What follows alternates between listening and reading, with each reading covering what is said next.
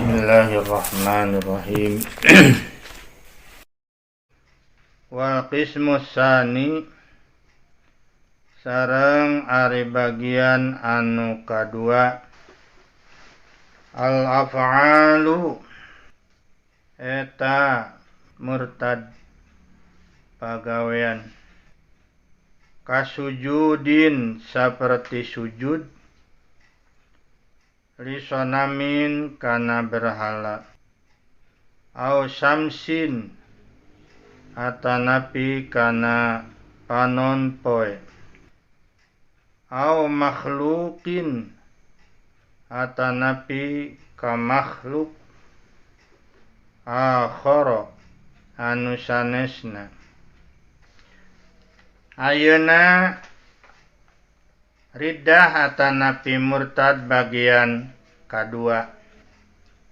Wal qismus tsani al af'alu bagian kadua tina murtad nyaeta murtad pagawean.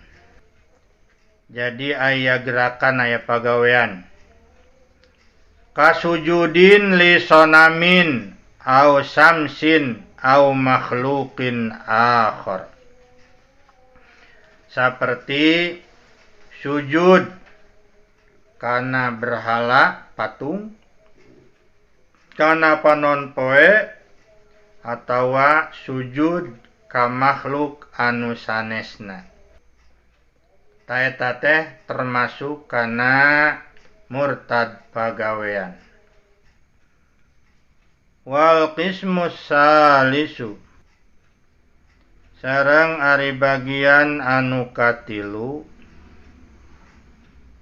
al aqwalu eta murtad ucapan wahia sareng ari aqwal katsiratun eta seueur jiddan kalawan pohara latan hasiru anu henteu terbatas. Wal qismus salisu al aqwalu murtad bagian katilu manya eta murtad ucapan wahia kasiratun jiddan latan hasiru. Ari murtad ucapan mah seueur pisan henteu terbatas seueur pisan. Di antara nawae minha ayyakula arien nyarita si jalma li muslimin ka jalma Islam ya kafir hei kafir au ya Yahudi atawa hei Yahudi au ya Nasrani atawa hei Nasrani au ya adi maddin atawa hei nu teu beragama muridan barina ngamaksud bidzalika ku eta carita innal ladzi sanyana jalma anu alaihi nuka eta ladzi al mukhatabu nu diajak bicara minad dini tina agama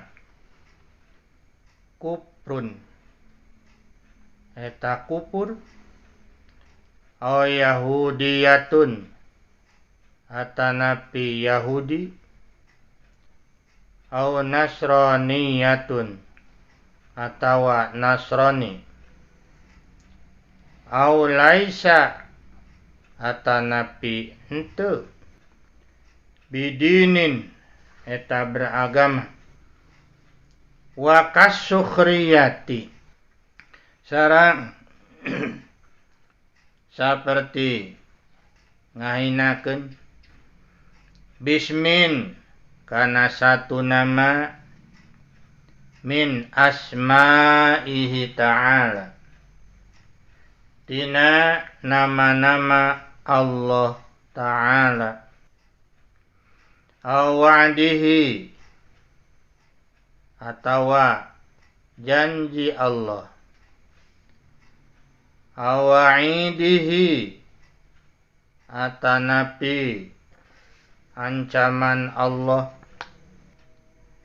miman ti anu layahpa henteu samar alaihi ka'man naon nisbatu dzalika ngahubungkeun eta ucapan ilaihi subhanahu ka Allah subhanahu ayyaqula li muslimin aya jalma anu nyarita ka orang Islam ya kafir ya Yahudi ya Nasrani ya adimaddin hei kafir hei Yahudi atawa hei Nasrani atawa hei anu teu beragama tangucapkeun kitu ngan muridan bidzalika ngamaksud ku eta omonganana teh innalladzi alaihil mukhatabu minad-din sanyana jalma nu diajak bicara teh tina urusan masalah agama itu. Jadi ulah gagabah gitunya. Ka orang Islam nyebutkeun kafir atawa Yahudi atawa jeung sajabana. Ayeuna mah geuningan dina seueurna aliran gitunya. Sehingga asa pangbenerna meureun manehna teh. Ya anu henteu sapagodoh jeung manehna disebut kafir gitu. Ulah gagabah dina masalah agama mah. Wa kasukhriyati bismin min asma'ihi ta'ala atawa saperti ngahinakeun kana hiji jenengan tina jenengan-jenengan Allah Ta'ala. Misalna ngomong kieu si jalma teh ngahinakeun kana masalah janji Allah, kana janji Allah tanapi ancaman Allah anu teu samar gitu. Dinisbatkeun eta ucapan teh dihubungkeun ka Allah Subhanahu wa Ta'ala. Misalna kieu cenah ieu. Lau amaroni Allahu bikada lam af'alhu. Lamun teh amah cenah. Kaula diparentah ku Allah pikeun ngalaksanakeun ieu. Kaula da moal ngalakukeunana cenah. Nah itu nya. Atawa nyerita kieu, lau saratil qiblatu fi jihati kada ma shallaitu ilaiha. Lamun teh mah kiblat aya di jihad anu kaula moal salat yang hareup hadinya da. Tah itu nyarita kitu oge.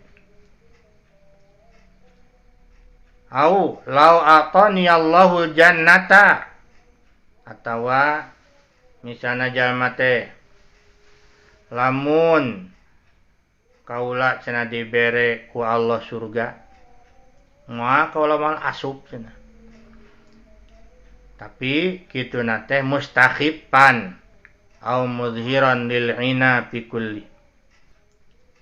Jadi nganggap enteng ngahinakeunnya sareng menampakan kamungkaranana, menampakan kaingkaranana dina eta nu kabeh nu bieu ucapan-ucapan teh. Nah itu nya kartos teh. Wallahu alam bisawab.